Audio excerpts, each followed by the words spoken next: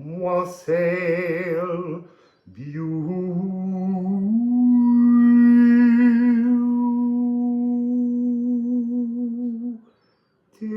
people. So, the henge, Stonehenge, is leaning in.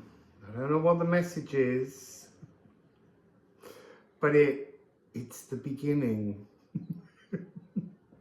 It's interesting, actually. Look, it's the space within the pain, the cleared out heart space for deeper, more beautiful treasures to resonate within. So, yes, the henge, my old mucker. So I went to Stonehenge many years ago for the winter solstice, and I met a beautiful friend there who is from the Czech Republic, or Czechia, Vincek, and I've been to visit him there, and he's been to visit me in London. But also, when I went that day, 3 days later we went for the Christmas Day swim, and you saw in that thumbnail the other day all the henge energy over me and Helen. Helen's arriving, and so I'm not sure. We're going to go visit places and I'll take cards with me, but it's finding time and space to make a reading. So, the henge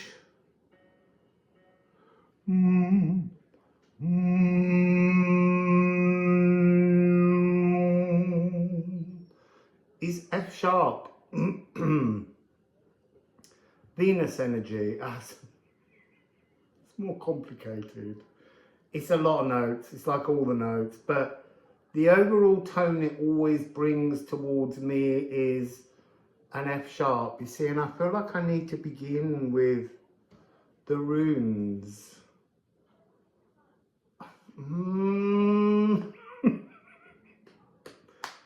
I don't know. You see, I'm being shown in my head a reminder of how the henge wants to say alchemy is slow. Alchemy, growth, spiritual paths are slow. There's no quick fix. If anyone tells you do this breathing exercise and in a week you'll just feel your eyes have become crystal white, it's a load of old nonsense. I went to Stonehenge and I got all the henge energy on me, and then I was in St Leonard's one day years and years ago,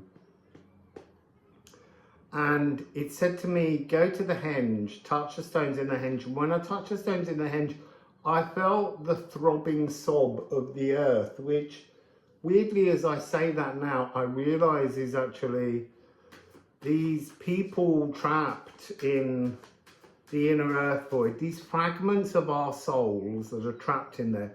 That's what I was feeling, the pain of wishing to be released, because it was a sense of wanting to be released.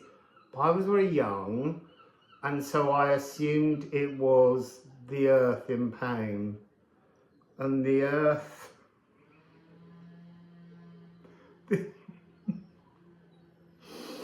The earth finds all of that quite funny. Like when it was Earth Epoch, you know, we were molesting the earth. We still are, but we were doing it. But the earth was kind of like, it expected that. And all the toxicity in the oceans, it's like, I'll just melt the ice caps and put some more water in the sea. I don't care about your coastal cities. So look, the earth is a massively deep organism. And look, you need to understand it's not Mother Earth, it's both. We need to understand that. It's divine intention, Gaia, but it's kind of actioned through sort of Uranus, which is a kind of physical actioning principle of Gaia. Complicated again, but that's how they're feeding it to us so that we can understand it. The earth is both masculine and feminine. You've only got to look at us gendering polarities. You've only got to look at plants that can be masculine or feminine. It needs to be said that between those two polarities, they're not exact. There's a whole gamut of the third gender fluidity that exists. But that's another reading apparently.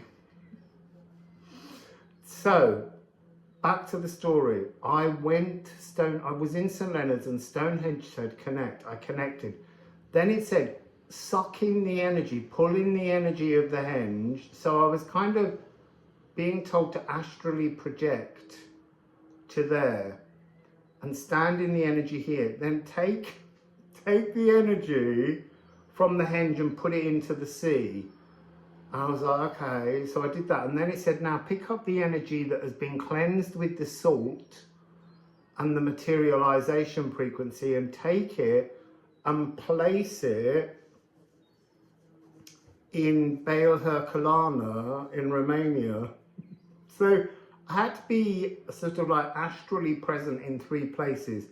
And I did this, and then I finished it, and then nothing, not a single thing. I was like, what was the point in that exercise?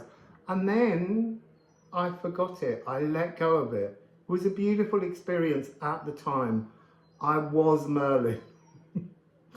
So then, many years later, and this is the point, it's the slowness of alchemy. I was in Romania and I met Poimander, Poi, up the mountain and heard that sublime cosmic chord of love created from chaos. And even then, I didn't make the connection that that was the magic that I had been asked to create by spirit many years earlier. It was only when I got back and was getting all these messages about the black pine forests and the slowness of alchemy to make the negative ions in that space that creates a place and a frequency for healing has taken millennia. It took the mountains to grow and then the trees to grow and the wildlife to form, and then it becomes a space just oozing, enriched with the negative ions. So anyway, that might be the... How long was that? 7 minutes. That might be your message, people. Alchemy is slow. So, henge. What's really interesting here is, in Karnak, there was a keeper. There's something in henge, in the henge, where there is no keeper. The henge itself is its own keeper. And I think that's got something to do with different paths that we have on spirituality.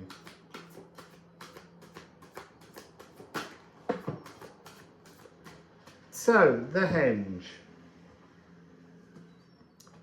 Oh, this is interesting. So the henge is talking about with Gununga Gap and Newer. This is the Akashic magic that you're born with. And we germinate, we form, and then we pause. These are different stages in our lives. We create a potential blueprint for a new activity to actively unfold, but not just yet. Then it says early magic, create, germinate, and pause, wait. There is a timing, divine conditions that are required to allow a bud to burst open and show its perfect, beautiful purpose. And then there's a third bud. To call out a petaled shout and attract to life to its moment in the sun, scented and colour saturated. And this is the Gununga Gap. This is the space before the physical. This is where we all come from, our consciousness. And it screams to exist. Look, it's a little like when people talk about, oh, my town used to be lovely, but now it's overrun by tourism. Well, you know, share. But it's a little bit like that. The physical world, it's something new to be explored, and we all decided to do it.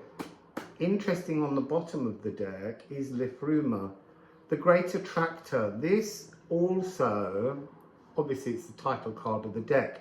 Liffruma means, in Old English, it means the source of love, or God. So this is the pink alien. You can see its head and its eyes. It's not intentional. The pink alien appeared much later while I was in Ecuador. But the point of this card is that we are all part of the Elven Ring, and the pink alien represents, there's an area behind the Milky Way that's called the Great Attractor, and they're wanting me to explain that part of this lifting of the shadows is to do with how the Great Attractor has been over a long period moving further and further away from our solar system, and this is changing the weight of the polarity and the battle, let's say the balancing act between the light and the dark. So, see, and I want to say the love and the non-love. That's really interesting. It doesn't want to say between the love and the hate, between the love and the non-love. Because at every point in the physical, even the darkest deeds are seeded in love. And that doesn't mean that they're meant to be. I just mean that the warp and weft of everything is ultimately love. Interesting, so interesting. Slow down, you're moving too fast. You've got to make the moment last. So, Musical Alchemy of Astrology, what would you like to add to?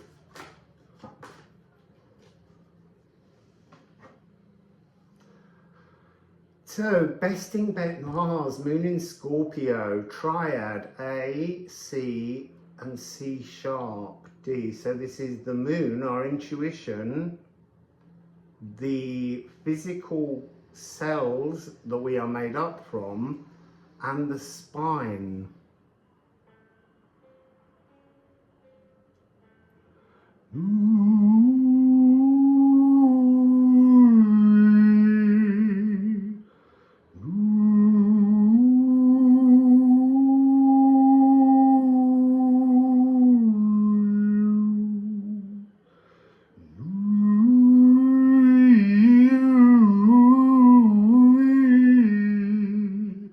I feel like it's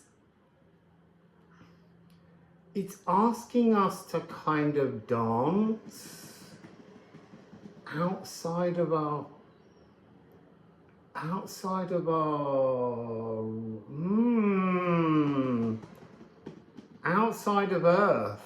in the cosmos. Swim in the cosmos is what's coming through, but know that the fact that you were birthed, you have a physical anchor. This is a bit like fly your kite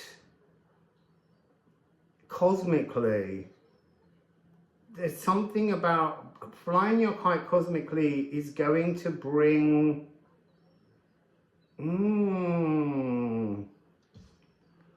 it's not codes and it's not activations. It's just going to remind the Akashic blueprint within you of new possibilities. Interesting. So, pleasure-driven sensuality, intensifying emotions, and it's interesting that that's to do with that energy of dipping all energy into the sea. You take what the henge knew, you put it into the Akashic Ocean, and then you take it, now that it's salty and not just fresh water, it's been mineralized, is what I'm hearing. We need to mineralize ourselves. So why? Okay, so they're saying with air minerals. So breathing is important. Did I not make a joke about breathing at the beginning? If someone says you can fix yourself in 3 weeks just by breathing, they're not telling the truth. This isn't quite that. It's Akashic breath. I don't even know what that means. An Akashic breath. You need to sail sail your consciousness kite up past the moon, and it will remind you of this early magic of Akashic blueprinting that's within you. Big energy of whale songs as well here. The whale songs feel like they want to be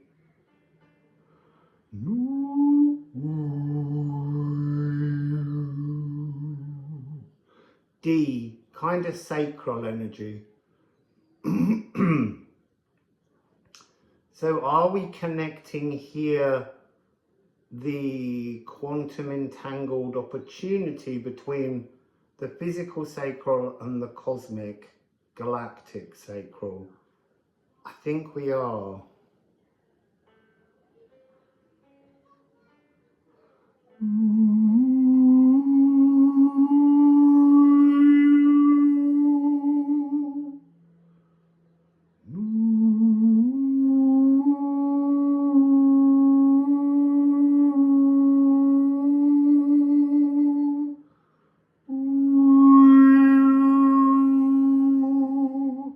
So I was getting actually 3Ds. As soon as you say you're like the three-dimensional. D, bathe in D, go and find gongs with a D. We're needing to activate the cellular magic in all of us, that's our Akashic birthright, needs to be switched on. It's there, it's already in our cells. There's something about that kind of binary, have you tried turning it on, turning it back off again? It's literally a switch and then it vibrates on, but somehow we need to go into the air, into the airy pox space to connect with the bird lines that are created up there, connecting the bird lines with the whale lines. There is something about this energy that's got nothing to do with Earth. Yes, it's our physical cells, but this is about air and water. That's interesting. And then we have the sun. So one of the things I'm seeing a lot at the moment is traditional numbers that I look for synchronicities, like 1444, and they're being switched around and becoming like 1445. All of my numbers that I used to have are shifting across an extra digit.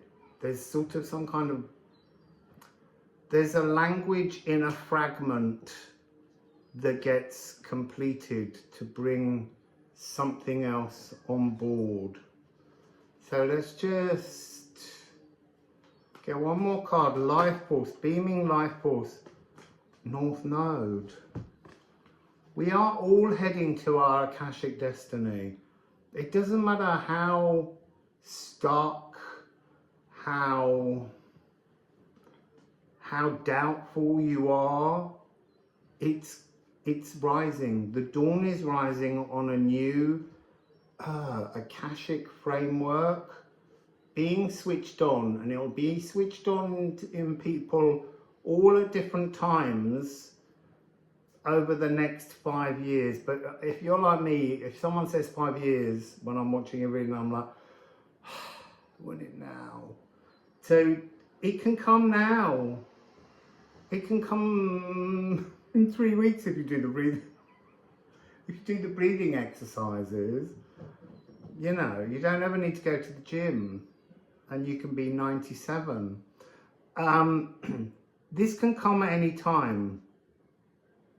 And it's not really about meditating. There's something here about, it's interesting that I'm being shown the energy that we do this every night when we sleep. Our consciousness floats from our physical as we go into the astral. There's going to be a lot of astral activity, and it really doesn't matter whether you wake up remembering it. That's another thing that we need to understand that's coming through from the henge, which is, so you have no memory of dreams. It doesn't make you less spiritual, less cherished. All of these frequencies where people create a spiritual egotism to make it seem that they're better than you somehow is just a load of old nonsense. It's their ego. So don't concern yourselves. Just to have an awareness. Just think before I go to bed, how exciting that my consciousness flies like a kite and it goes to the astral and it is currently picking up a song. I feel like there's a cosmic whale singing a song to the whale on earth through us. And it doesn't matter, but it will. See, I'm being shown physical body restructuring as these codes come on, you know, like neck ache or backache, or these are the old compressed shadows, the old wounds that have been in the generations, and this is now just leaving. It's floating away and it's lightening the load of everyone. So I'm just going to pull a ceramic. Oh look, it's already 20 minutes. I talk too much. So what do we have? We have 26, which is personal Yggdrasil tree, and we also have towardness. We are, it's not astrally watering, it's not astrally pruning. We're being emperor energy, we're being emotionally masculine in the cosmic whale is like high priestess energy, and then down here on earth we have to be both empress and emperor, and it's really this important leaning on the energy of the emperor, because the cosmic whale will feed the empress the divine intention to create, to activate this new but blueprinted Akashic song. It's the emotional masculine actioning part that needs to go into some kind of revival. We need to remember, we need to recognize the emotional symbiotic energy of us and everything, because the Hierophant is divine, Saturn, divine actioning, divine masculine. But this is really about transforming the blueprint of the emotional feminine, the emperor, as opposed to the divine feminine, the divine intention. And this energy, it's working the other way around. So there's something to do with cleaning up the toxicity of the raw actioning masculine and the emotional, because the raw masculine, regardless of how divine it feels it is, it's a pokey energy. It will have that kind of up close and pretending to be divine and loving, but actually it's just suffocating. And this is about moving to that energy where you begin to stop having judgmental feelings towards people, which are at their heart toxic, and move towards that notion of kindness, knowing how to work with the frequency of everyone around you so that you can reach divine actioning and divine intentions. There's something about the Hierophant where it's been for a long time this notion of marriage and religious authority that's just wrong.